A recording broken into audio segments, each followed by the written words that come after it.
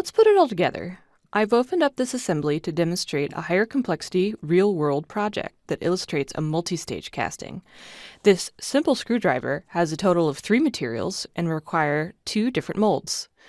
First, your master has to be split up to follow along a seam, where the split between the hard plastic and the rubber will occur. I did this with the split command, but you may decide to model the components separately. As it's very difficult to make the material meet up perfectly flush, you'll be creating something called a shutoff channel in the design phase. This basically amounts to creating a channel along the seam, the meeting of the materials, so you've got room for your mistakes. Your parts won't line up perfectly every single time, and it really helps to add some wiggle room. For this example, I've added a small chamfer on this edge of the initial plastic cast. Mold A will capture the geometry of the inner layer of hard plastic, including the shank, the main handle body, and also little mechanical keys for the rubber to lock onto. You'll capture this detail in a 2-part soft mold in this horizontal position. I've elected to have 2 funnels that serve as both inflow and venting of the material. If you're worried about these very small areas getting filled in, you can elect to add small channels between them and straight to the top. I would place additional slim channel vents at the vertexes of these small keys. I've included registration blocks so the halves line up properly. Mold B will capture the entire volume, including the outer layer of the soft rubber grip. You'll use a separate master form to get the mold for this, with added funnels and vents at the topmost part of the rubber grip.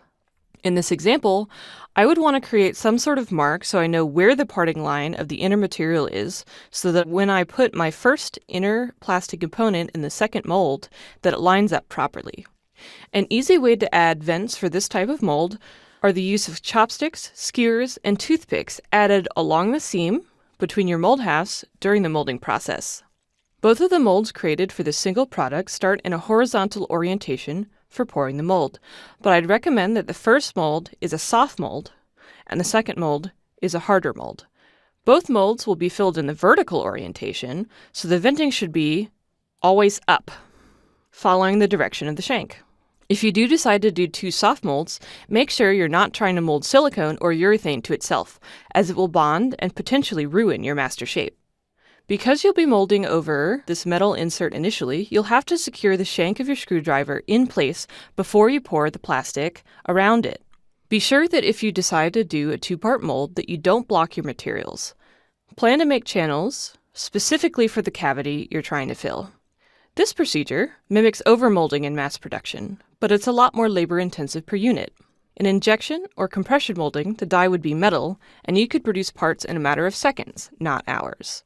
If you're doing a prototyping test, think ahead to how you plan on producing your product in mass so you don't have to redesign it excessively.